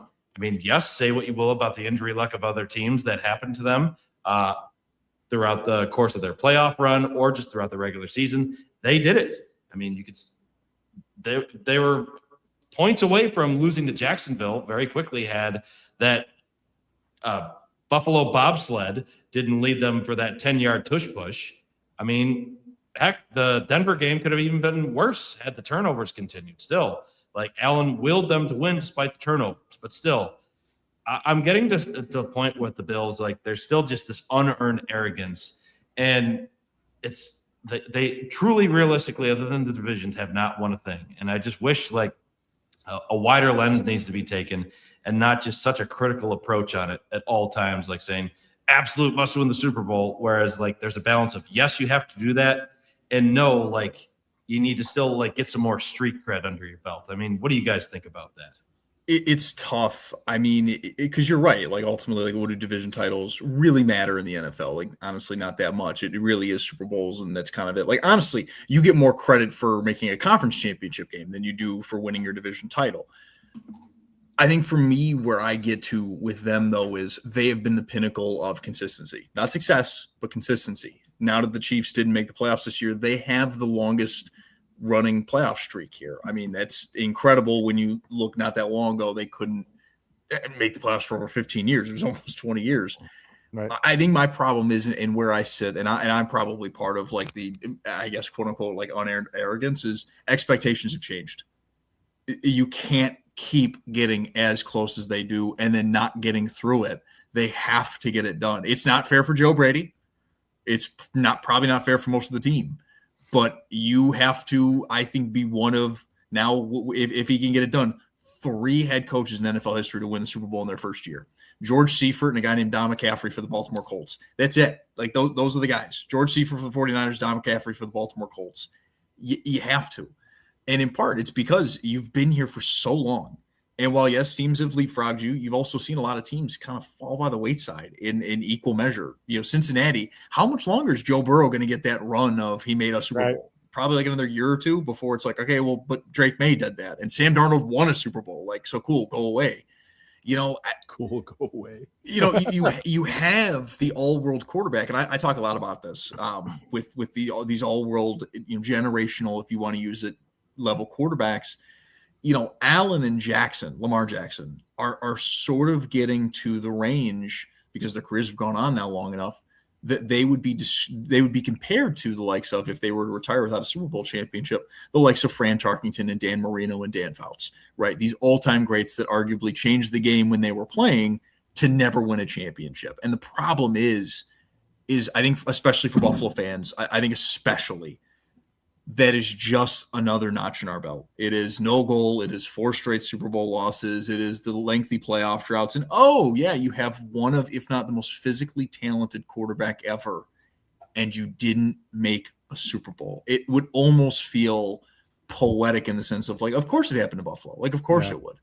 And I think that's where I think there is, sure, like a level of unearned arrogance, but it's also, and some don't love this, and I understand it, but expectations have changed. The expectation now is the Bills to be a 10 to 14-ish win team, like within that range. Their floor under McDermott was 10 wins. That's the one thing that sucks for Brady is we don't know if he is going to have that same level of just consistency. We have zero idea. Right. I like what Brady is saying. You're always going to like what most of these guys say. Like outside of the few moments where you get Liam Cohen doing the Duval and Dan Campbell biting kneecaps. Or Adam Gase going, yeah, doing the weird eyes, following the tacos, right? And for the most part, a lot of these guys are exceptionally trained in terms of the media. They know exactly what they're going to say because they just sold a bunch of billionaires that they know what they're doing and that they can have the keys to the kingdom. And so it's a shame. That's the thing. McDermott probably should have a Super Bowl ring to his resume. I think the problem is he was just not good enough of a coach. The defense is too, and it's not just this year. But the defenses far too often let them down. I liked McDermott. I thought he was good enough to get one done because I've seen the likes of John Harbaugh and Mike Tomlin and Mike McCarthy and Doug Peterson win Super Bowls. You don't need to be a stud first ballot Hall of Fame coach. You don't. But you do need to be it at one time. Right. You need to be that guy. Like you can't give it away in the most crucial moment. Doug Peterson, for all his faults, in 2017 in that playoff run, he got Nick Foles to win a Super Bowl. John Harbaugh, for all of his faults, got Joe Flacco to win a Super Bowl. And for both Super Bowl MVP, Joe Flacco. Right. And for both of those men to have some of the most historic runs we've ever seen. Sean McDermott had Josh Allen putting up a run like that. And in big moments on his side of the ball in particular, he couldn't get it done. Like, I go back to it. Like, ultimately, I think the big thing that the Bills did this offseason is we need to desperately change the philosophy on the defense. That could even be to the point of, because this has also been the big talking point for mainly Brandon Beane and Terry Pegula, the roster's good enough. Maybe they really are looking at guys like Greg Rousseau and Ed Oliver and Deion Walker or what have you and going, that's elite talent, and he's holding them back. We talk a lot about that with the offense, the fear that maybe McDermott was holding the offense back. What if it was the defense? That their entire philosophy was bend, don't break, right? Go for turnovers. If a team's going to score, let them score quick. That kind of stuff. And maybe that was really their biggest problem, because they would go up against less than offenses that would be able to, especially when they have good quarterbacks, put up numbers. I mean, how many playoff games did we go in a row? They weren't getting the quarterback in the ground. They can't get a sack. It is not to mention points on the board. I think it's one of my favorite things that Tyler Dunn ever points out. Mm-hmm. In all of their losses, they're averaging over 30 points a game given up. Yeah, and it's and when your head coach is a defensive head coach, like, that's the thing too. We didn't go through it this cycle. McDermott's not going to be head coach, and it seems like he wants to take the year off, a lot like Vrabel did. I imagine he'll end up probably doing like a consulting thing for one team just to stay in the league. But I'm really curious this time next year, especially let's say if let's say the Bills don't win Super Bowl this year, but they go to the AFC Championship. How does that look for McDermott? I really like the individual. The few interactions I had with him, wonderful guy. The team seemed to really love him. But there is something to that of, man, on your side of the ball, most, if not all, of the playoff losses fell squarely on the fact that your defense could not get enough timely stops. And if you want to, yes, and I mainly blame the turnovers for Denver, but you can really sit there and go, cool, but like every time a backup went in, both freaking Knicks is throwing dimes and they're scoring at will, or a 3rd and 12 when, guys, we got them, just don't give up a big third down conversion again. It happens. Mm-hmm. It was almost like clockwork. You knew what was going to happen to the Bills defense. The only thing that was honestly stunning in that playoff game was that the opposing offense scored right before the half. You very rarely see those kind of gaffes, but that alone is something there of just it was probably time. It's not fair to Joe Brady, but it wouldn't have been fair to any of these coaches that came in. Like we've all talked about this job opening be the best ever. It's not fair to any of them. It's not fair to Jesse Minter for Baltimore either. He's walking into now a situation where, hey, they might be like one of the most talented teams on paper. Figure it out, dog. Have fun year one. Even if the Bills had hired Grant Yadinsky, I mentioned this. Like, as much as Joe Brady was uninspiring, it doesn't mean he's going to be necessarily a bad hire. He can be very good. I just didn't get the moment of reprieve, those 2 or 3 days where I could just be excited about the new head coach before I eventually moved on to, okay, but who's on his staff? Mm-hmm. Right? Like, everything with Joe Brady's hiring is just expedited the process of where we'd all get to, which is the expectations are astronomical, and your staff is going to be maybe the most important thing you do. All right, big dog, have fun. I'm excited to see what he's going to do. I think the only shame of it is we'll have no idea. We'll have no real takeaways from him until January. It'll be about a year before we have any real takeaways on Joe Brady. Yeah, Zach, that was outstanding. Let's take a quick break to get a word from our sponsor, DraftKings Sportsbook. So DraftKings Sportsbook, an official sports betting partner of the NHL, is built for the fastest game on ice. With player props and live betting, every shift, every shot, every save gives you options to get in on the game with DraftKings Sportsbook. New customers bet just $5, and if your bet wins, you'll get $300 in bonus bets instantly. So download the DraftKings Sportsbook app and use code THPN. That's code THPN to turn $5 into $300 in bonus bets if your bet wins. DraftKings, in partnership with DraftKings, the crown is yours. A couple quick looks at some of the lines on here. Real quick, just to mention some of the odds. For Canada at Switzerland, you could argue that is probably the best game on the lineup there. You could also take a look at Sweden and Finland being a close one there. Canada, 2.5 point favorites there tomorrow. Sweden and Finland, if we're just going strictly Olympic hockey. Sweden, only 1.5 point goal favorites there. So maybe consider your odds there carefully, folks. But still, with DraftKings, keep all this in mind as well. If you have a gambling problem, call 1-800-GAMBLER. New York, call 8778-HOPE-NY or text HOPE-NY. In Connecticut, call 888-778-9777 or visit ccpg.org. On behalf of Boot Hill Casino in Texas, wager tax pass through May apply in Illinois. 21 plus in most states, void in Ontario. Restrictions apply. Bet must win to receive bonus bets which expire in 7 days. Minimum odds required. For additional terms and responsible gaming sources, see dkng.co/audio. Limited time offer. And with that, let's get back to our regularly scheduled program. I have a gambling problem. Luckily that I live in a state where it's not legal, so I can't gamble. So That's good. It kind of works out for me. I want to ask you guys a question. I know on the defensive side of the ball, obviously, we don't really know. We can look at what Jim Leonard's done in the past at the college ranks, and then also what, the small amount of I guess a couple seasons with Denver to look at what he's done in the history of being on that staff.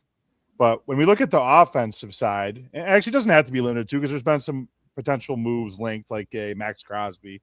Is there a particular offensive move that Joe Brady can make?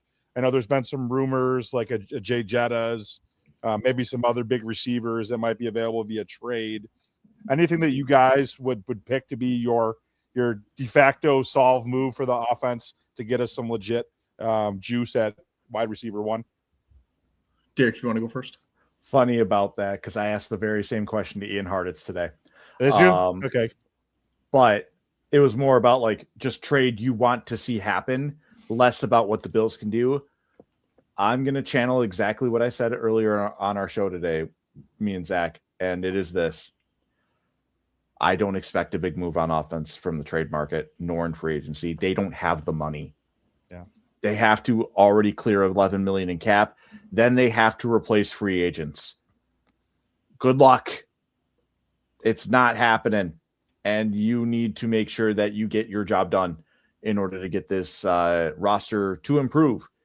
So I don't see that big swing. I don't see any of these things happening. And maybe that's also because last year I wanted Myles Garrett, and then I changed the name to Trey Hendrickson, and then I changed the name to Max Crosby, and we got Joey Bosa, and you'll like it. We got Myles Garrett at home. Yeah. Pretty much. Yeah. Pretty much. So I'm dead inside. I think for me, I think they can do it. I think it's going to depend on exactly who. Brian Thomas Jr., if Jacksonville wants to offload him, I think he's maybe the perfect one to fit. Still a rookie deal? He's a rookie deal. And it's things. It fits what Derek's point was, which is you don't really have a ton of money. Well, right there, boom, you got at least 2 more years to work with him. I think that one can absolutely work. I also wonder too. Ian brought up the name that I kind of forget just because we didn't really see much of him, but that's Brandon Ayuk.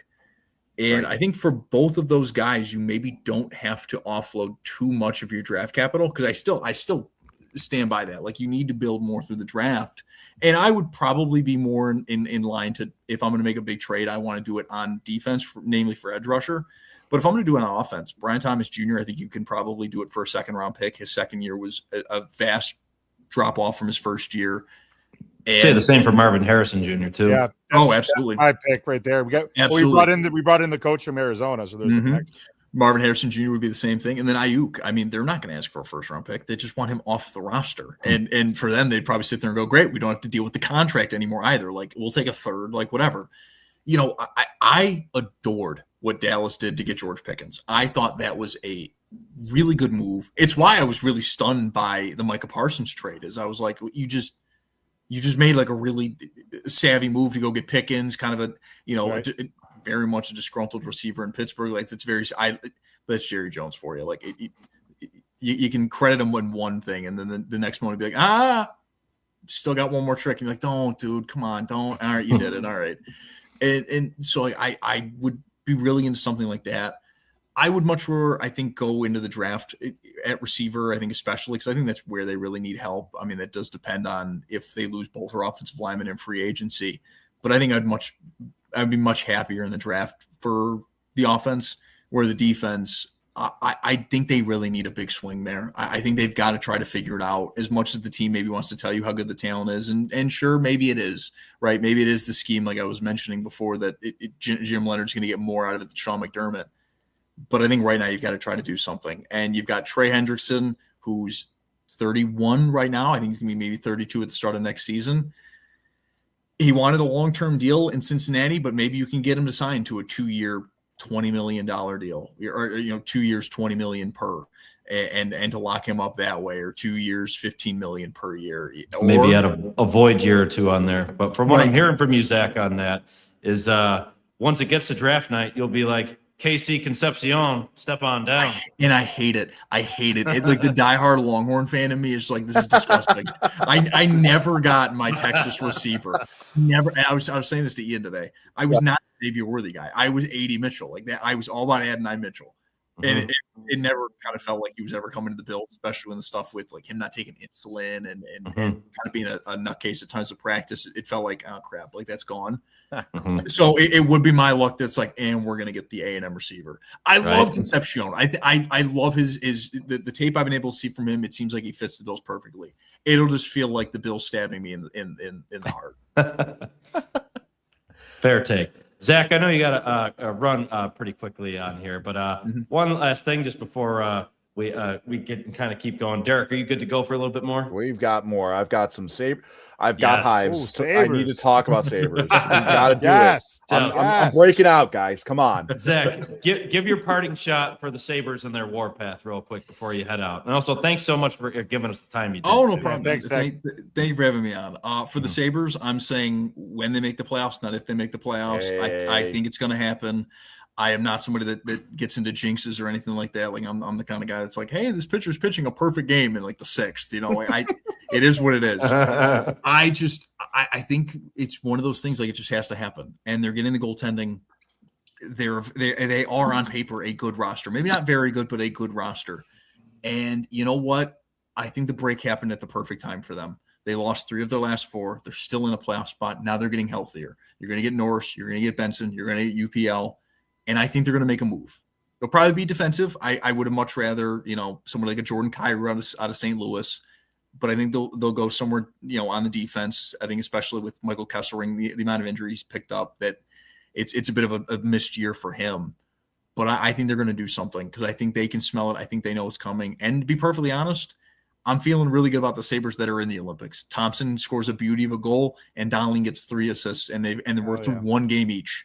And poor UPL just couldn't get there just because of the injuries. He could have. He'd be starting. He'd be starting the next game. 100% would be starting. But I feel good where they're at. And, I think it's time. When I've been able to be in the building this year, including the game in Montreal, very recently, like when Montreal fans were really selling out the lower bowl, it didn't matter. Game was cracked. Vibes were electric. We were watching that on TV here. It didn't matter. Anytime they got one of their chants going, just immediate boos, and it was deafening. It was so much fun.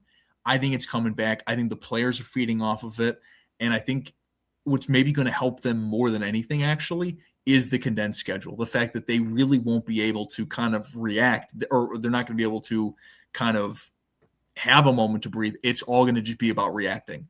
They're going to have like a game every other day until the end. And I think it's going to be awesome. And I think they're going to make it. Hey, you heard it here first, folks. So Zach, thanks again for joining us, dude. Hey, have yourself a good night. And thanks for hopping on once more.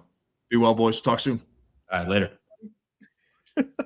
All right. So, Derek, it is now time for you to time. Sean has changed his locker room. If you look at his background, he's got the new backdrop.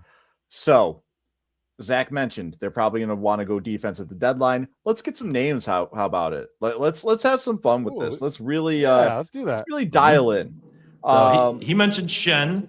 I know Matthew Fairburn had an excellent article out the other day. He mentioned a lot of really top candidates for defense. Stanley. I like Stanley. Big boy. Connor Murphy. Stanley's on the top of my list. Yep. Oh, yeah. Stanley, you got Connor Murphy out of Chicago. Justin Falk, another one of those St. Louis guys. Zach Whitecloud was the other guy that was intriguing, but I'd be curious because he was already flipped in the trade from Vegas already this year. I'd be surprised if he went for it. But the one thing that I thought was very intriguing about this for all these defensemen is that they all have either a big game experience or playoff experience, which is what I think the target will be to go for here. And they don't even need to be playing top defensive pairing minutes. They just need to be the depth guy to be able to eat up some more of those lower line minutes and still having a physical presence. Right. And I want to Derek talk about Stanley too, because if I'm guessing that's why it's your favorite guy, that physicality that he could bring, right? So I think it's good in a way that the Sabres were brutally reminded of what they needed. That last game that they have at home against Pittsburgh, Jacob Bryson's on the ice for less than 5 minutes and then is stapled to the bench with 2 ghastly mistakes. Michael Kessering doesn't do much better in almost 8 minutes of time on ice in that game. And he's on the ice for all 3 of Pittsburgh's goals early on. And it's a tough thing to look at the bottom pair defense and go, we're going to leave this the way that it is. It's untenable to have a top 4 skating the amount that they're skating in a condensed schedule and think that it's ultimately going to work out. You need to give some of these guys a little bit less on the minutes, less on the mileage so that they can thrive. Logan Stanley, it's not just the physicality there for me. It is that he is also a responsible defenseman. And with this Sabres top 4, the way that they're gunning, which somehow includes Matthias Samuelsson and all of this, let them gun.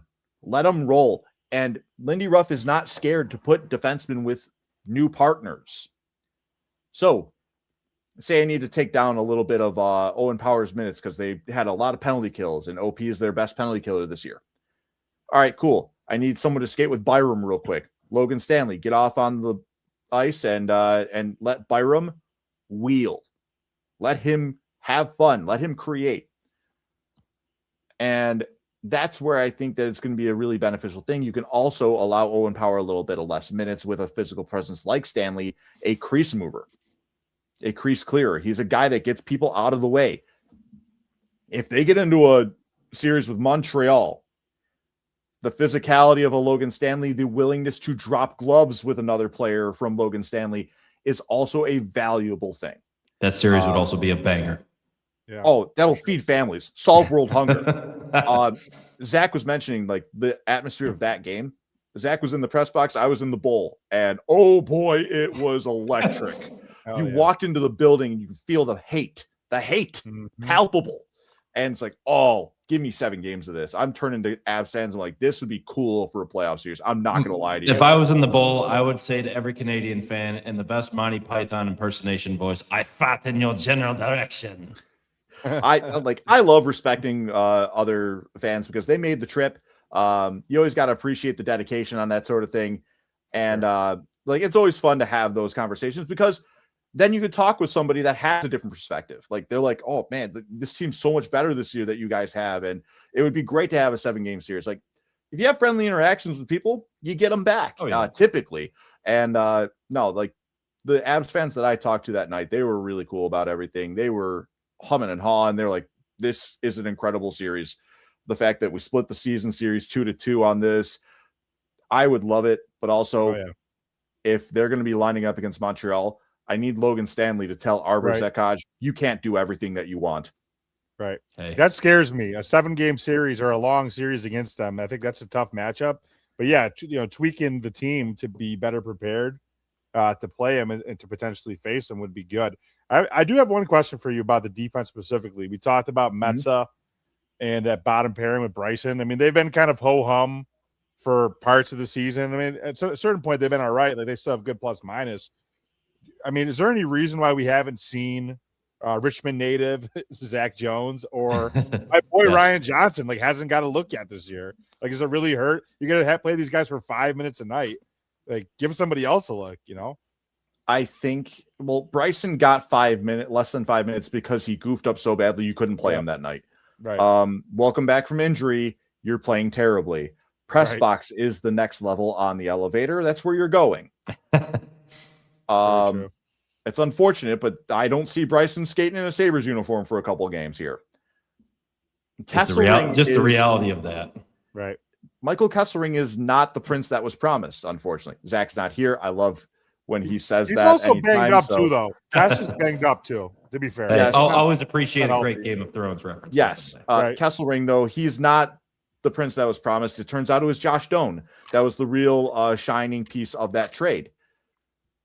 And it does look like while he's been battling injury, he also has never gotten himself into a rhythm at all throughout the entire course of the season.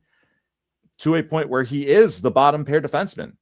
And when acquired, he was supposed to be seen as, oh, your power's running mate. Right. And it has not happened. Being the right shot defenseman that everybody was hyping up. But now you just have 4 left-handed shots that are just buzzing around going, defense, go Burr. Yeah. Yeah. But Bryson, it's a rarity that he's been that dreadful in a game and got stapled to the bench. Metza has been fine. A player that you don't really hear from in a game, and that's not a bad thing. And he only averages like about 10 or so minutes a night. Right. And that's the thing. If you he doesn't give make these mistakes, players, really. if you give players bigger windows and more minutes, there are more opportunities to be overwhelmed. Metz is also a smaller defenseman, a guy that will kind of get run over in the officiating style that the NHL playoffs will bring. That's where I do have my concerns. That's where I do think you need to get a little beef. You need to get a little bit more of a physical presence there on the blue line. And I think it has to come from a player like a Logan Stanley or a Luke Shen or even a Connor Murphy, who I think is more or less like a little bit more on the balance side of things there. I do wonder about Justin Falk. In his older days, he's not as much of that freewheeling defenseman that he once was, but he's a veteran presence. He's a calming presence. He's a guy that would be able to make smart decisions with the puck. And on defense, you really are just, communication is key. You are talking with your guy. You are trying to make sure that you get everything done that it needs to get done by. It's fluid, but it's also about talking. And if you have a guy that is a solid presence like a Justin Falk, I think that that's also a really great thing that you can look at there. I do want to take a moment, though.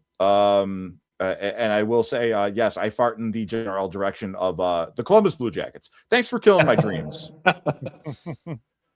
Because, no, you were writing an article for WGR about trade targets before the deadline, before the Olympic break, and Columbus pops off 9-0-1 to end the Olympic break, or to end the season at the moment at the break. Thanks, guys. I really wanted Boo Jenner. Now I'm not going to get him. Objects in mirror are closer than they appear. Speaking of the standings with that. Yeah. What's the standings on that? Yeah. Go ahead. Sorry, Derek. So much of a pain in the ass, though, about like, it made so much sense to get a player like Jenner because he's a career 54% faceoff guy. Probably someone that could play winger or center for you because that's what he's been doing this year in Columbus. You allow for the Blue Jackets to be like, yes, we're going to let our captain go try to chase a playoff run and send him off proper. Nah, we're just going to casually rip off 9 of 10 and have points in all 10 of those games and take the title of hottest team in the league. Bleep you, Columbus. Right. 5 points away from the Sabres in the standings on there. They're the first Eastern Conference team. This is, again, current standings of the Eastern Conference right now. 65 points for Columbus. Sabres at 70 in wild card 1. Bruins, though, right behind them in 69 points. Mm-hmm. I mean, what's unfortunate was with that Pittsburgh What's the game. Gap, Chris? What's the gap, though, like to the next team down out of the I just had them up earlier. Let me pull that up once more. But Columbus is definitely the front runner of that. Okay. Second. Let's see. For the Eastern Conference. So you get to listen to us in our search mode on here, folks. Just some riveting podcast content for you.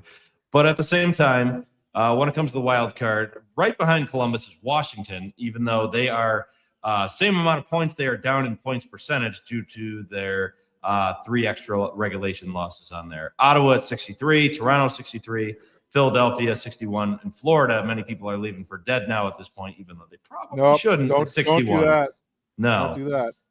So, but on the other hand, on the upward side of things, if you're looking at the Atlantic Division, had the Sabres have taken out the Penguins, who they are tied for in the Eastern Conference at this point, had the Sabres taken care of business, they would have been second in the Atlantic, where Montreal currently sits, Detroit being in third. 2 of them are tied at 72 points apiece in the standings. Tampa Bay comfortably with 78. I mean, quietly 37-14 in the Eastern Conference right now. Yeah, it's unfortunately the Atlantic has become a buzzsaw this year. And you mentioned how the Florida Panthers shouldn't be considered dead. I am, though, going to go ahead and call my shot about the Florida Panthers. They are. Mm-hmm. They've sent 11 Olympians overseas to Italy, where they're all going to be playing some meaningful minutes. And What are you going to do there when you come back? You've got a condensed schedule with a team that's already played too much hockey. They played essentially a full extra season of playoff hockey on top of what they've already done. Yep. And now you've got half the roster playing in the Olympics. So good luck to you. We'll get Barkov back. They will get Barkov back, but will that give you enough of a lift? Unfathomable considering the injury.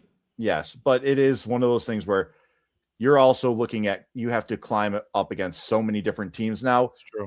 And the Atlantic Division is doing you no favors. Speaking of no favors, the Western Conference, what the hell is going on?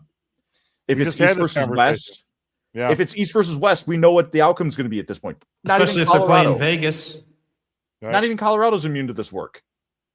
I mean, the Avs Detroit are lucky. Detroit handled Colorado that one game, going right before that Olympic break, and the following game, the first game Colorado handled them. It was like 5-0, but the following game, because it was a home and home for them, Detroit was able to just walk in and win in Denver at that point. So it's just like, how? Why? The Avs are incredibly lucky they faced the Sabres in October. Yeah, no kidding. Twice. Right. They got the Sabres twice in October. Are you kidding me? Based on how the season's gone and the directions the two teams have gone since then, if Colorado had to draw the Sabres in the latter half of the season, it's going to end differently there. And now instead, it's just that the Sabres have infuriatingly lost against the Avalanche in heinous fashions over the last few years, to a point where Rob Ray openly says on a broadcast, I really don't like this team. Yeah. So, I mean, he has good reason. 6-0 loss or 6-0 blown lead. Yeah. Like that. 5. That one was brutal. Yeah. I was driving in my car and I remember they had the 4-1. I think it was like a 5-1 lead or something like that. Mm-hmm. I'm driving in my car from work in Williamsville to the Depew Lancaster area. And all of a sudden it's tied. And I'm like, okay, laying on the horn, yelling an expletive. Do I go back to work? What do I do here? How do I post game? Just rip them up. Yeah. How do I undo this? Go back. Right. Oh, not like that. Yeah. Undo. Yeah. Control Z. Help. What did I do? This is my fault, right? And that's where it's just, I don't know, and I don't understand how the Western Conference against the East has been so lopsided this year, to where, again, there are Western teams that got away with facing the Sabres right away. Utah's one of them. And I think that if those teams faced off right now, it would go a lot differently. And the Sabres even stole a point from them because they were on the heels of a back-to-back, and they still managed to survive and get to overtime and steal a point there. A team from the West, though, you mentioned how things have just been so weird for them playing the Eastern Conference. A team from the West that they handled, on the other hand, is Dallas. And I want to bring up one thing I texted you about a couple weeks ago, which I thought was a crazy, but like, I don't even think it sounds like it's the most galaxy-brained idea at all, is if not a defensive upgrade, if you're going to go for more scoring, perhaps, your idea for Jason Robertson straight up for Alex Tuck, I love it. Oh, Sneaky, yeah. I love that trade. We're not going to sign him to dream. Oh, do it. He's younger. Why couldn't it happen? Why couldn't it happen? So it's kind of funny how salty I am about the Boone Jenner thing. That is one of the issues where I don't like. It's funny. Boone Jenner's now in the same category for me as Jason Robertson because of what has happened there, because of Columbus ripping off the wins that they ripped off. Now that's almost in the dream category. Robertson it's weird how Dallas is not committed to him long-term. It's weirder that Team USA still won't put him on their roster. No. It's not like he's Cole Caulfield size. He's 6'3". Yep. And he's the leading American goal scorer this year, and you still didn't pick him up.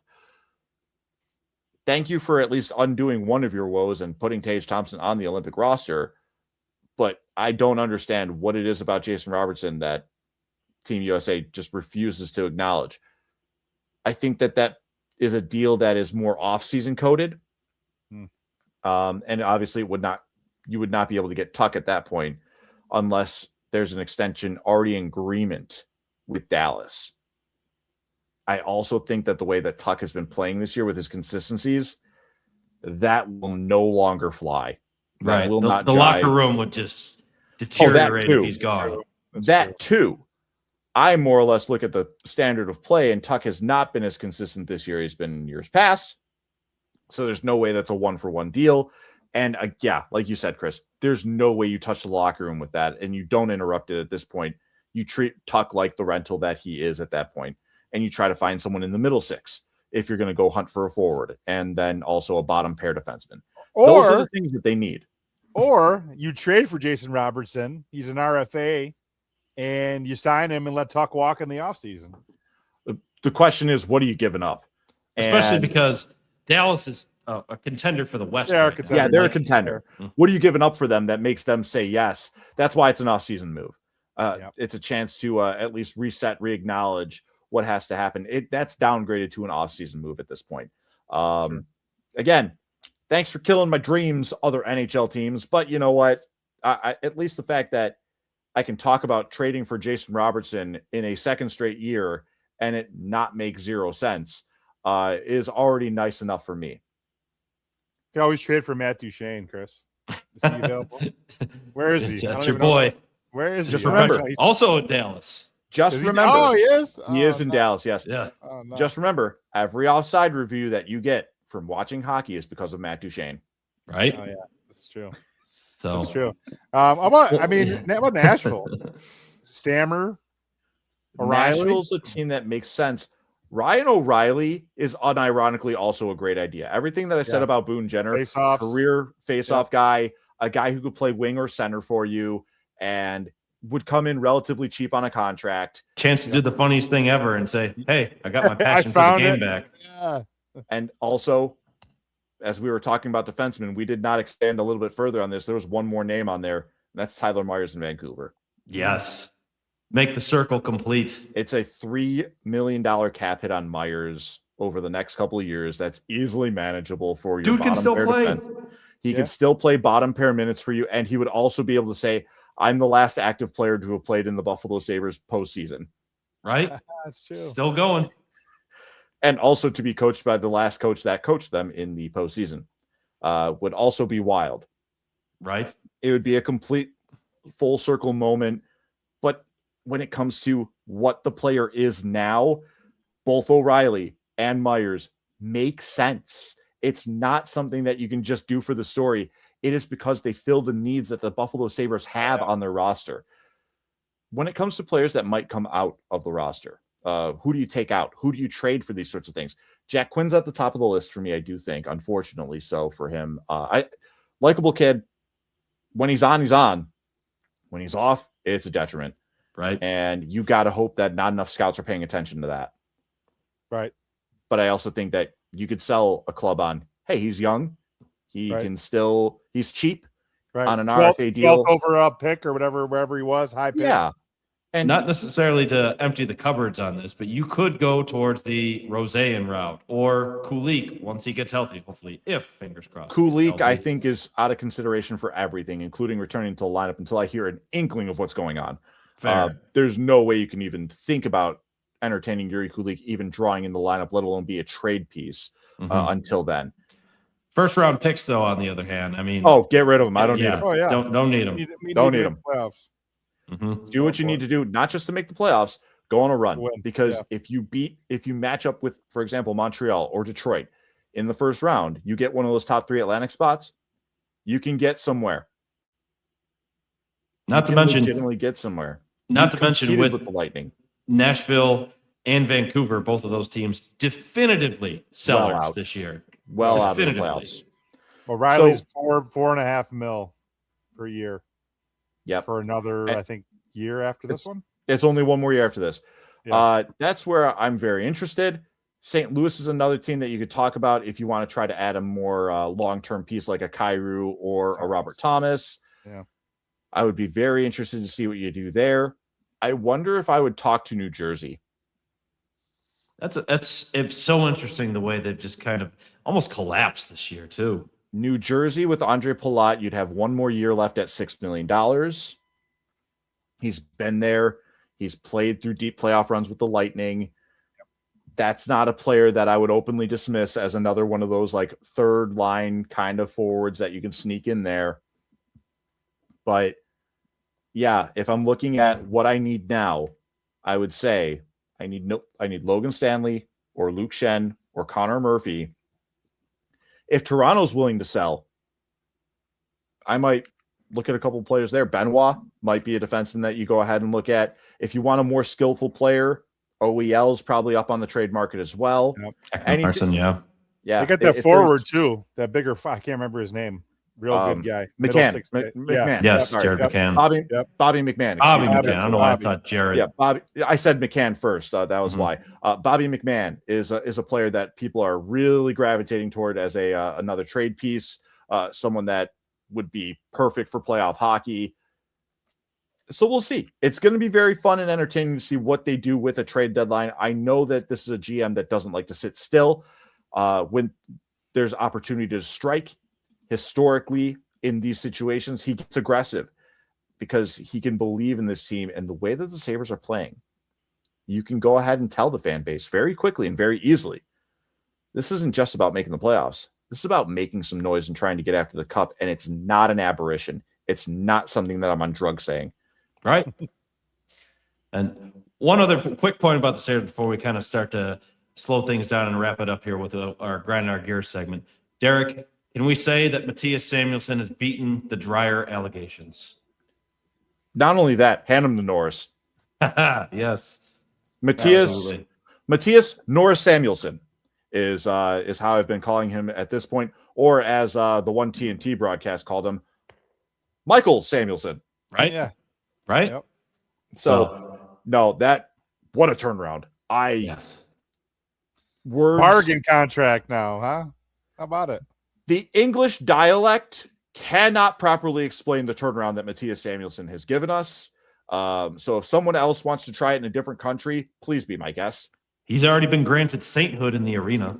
Yes. I know the party. Maybe I know the party responsible, actually. Maybe my man just got laid. He's got some confidence. Who knows?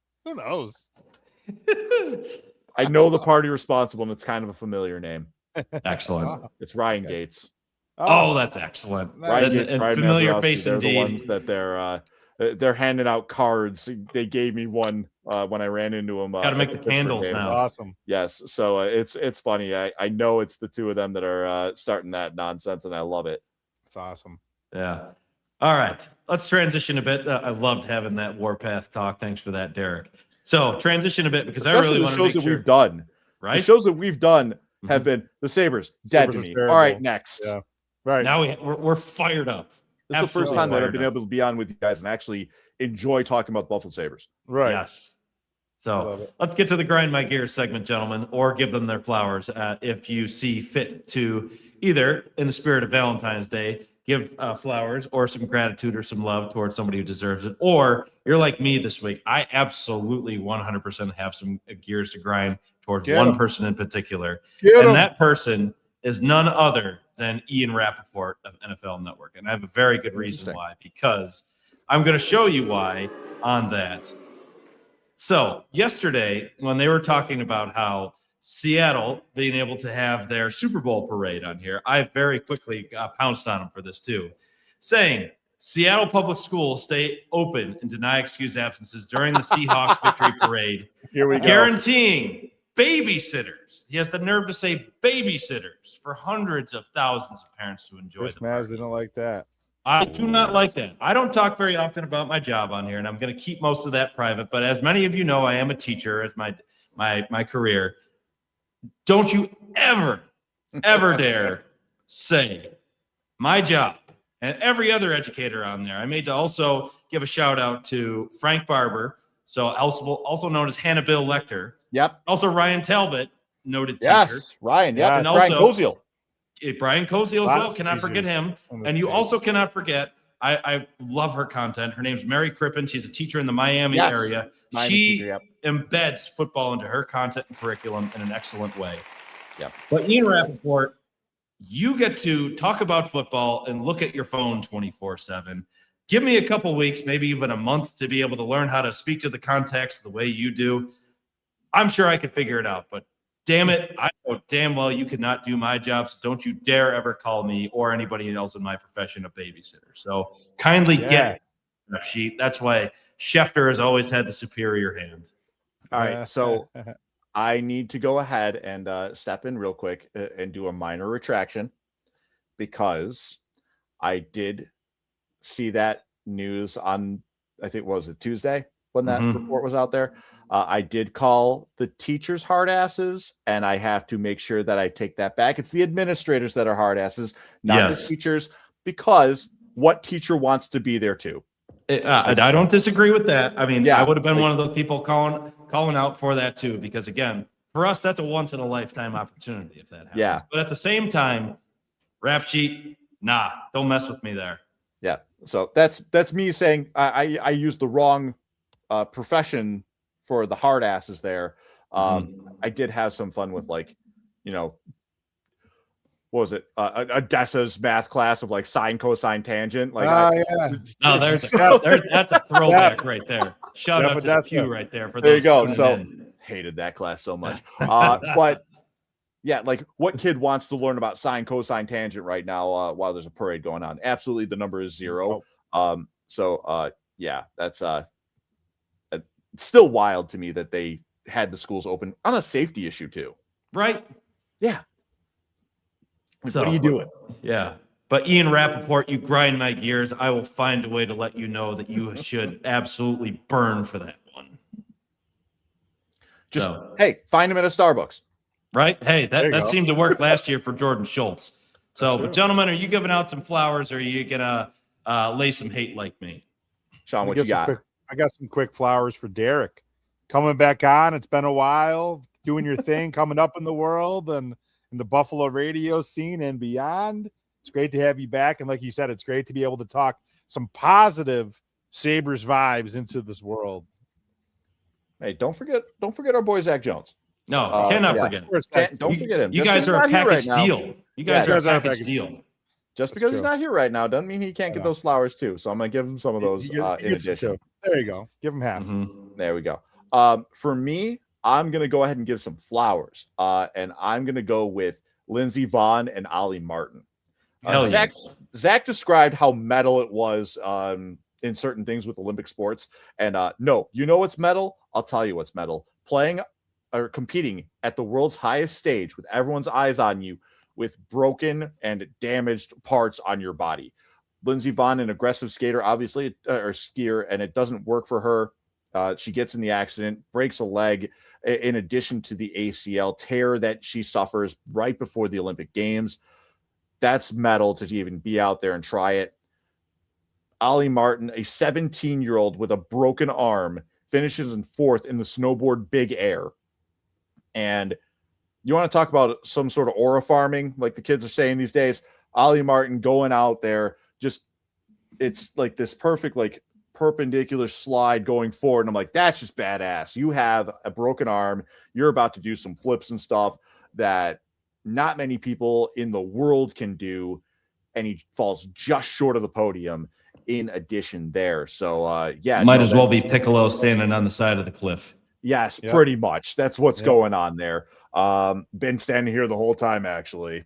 So that's one of those things where you got to give them their flowers for what they're able to do, despite the challenges that were thrown right at them there. And I hope Lindsey Vonn has a quick and speedy recovery. Ollie Martin as well, that broken arm, healed that thing up. And looking forward to seeing him in the next Olympic Games. Lindsey Vonn, I don't know what the story, how her story ends from there in terms of international competition, but she's still one of the most decorated skiers in history, and that's for a reason. Absolutely. So you can do nothing but admire just like the effort she put in to not only like make sure she was healthy enough to do those runs, but she was potentially able to make a run for a medal. I know the other American skier was able to take the gold in that. She was out of Wyoming. Her name misses me at this point, but still, for her to at least make that effort again, she absolutely deserves to get the flowers in that regard as well. But still, super impressive. And like you were saying before, and like I mentioned this before, more people need to describe things as an adjective with metal. That is metal. Yeah. That's metal as F right there, dude. Sliding down the way that Ollie Martin did. with that broken arm, knowing that entry, it was so crisp and clean, and it's just, and he sticks the landing too. Like it's to see, like you even see the right arm just kind of like hanging down, knowing that he's not really going to try to lift that thing. That's not going to be the grab arm for this trick. And again, when you hit it. And it's a shame that he didn't make the podium, but it's a recognizable moment right away to kick off the Olympic Games as well. That was really cool to see. For sure. So with that, folks, that's going to kind of start to do it for us. Again, Derek, big thanks for coming on. You always tend to set the records for us because the conversation's always great. So almost 2 hours running in on this one. So it's like we've known each other for years. Right. Who would have known? Right. But again, Derek, and also again, thanks to Zach as well. Thank you so much as always. Always looking forward to hearing you guys on the airwaves, of course. Shawnee V, any closing thoughts for this evening? No. As soon as we jump off this episode, we'll get the audio side up for those of our listeners who check us out on Spotify, Pandora, and whatnot. And other than that, I'm going to be booking a trip to come see you, my friend. So, yes. So, with that, also for next week, look for us to be joined by our friend in the Shenandoah Valley in Harrisonburg, Riley Reed of Q101. Comes to join to talk for college basketball, particularly James Madison, how they're faring, how their football season fared, of course, too. Also giving his excellent takes with his upbringing as a Buffalo sports fan here in Virginia on his Bills and Sabres thoughts. So with that, folks, thank you as always, and let's go Buffalo. Let's go Buffalo.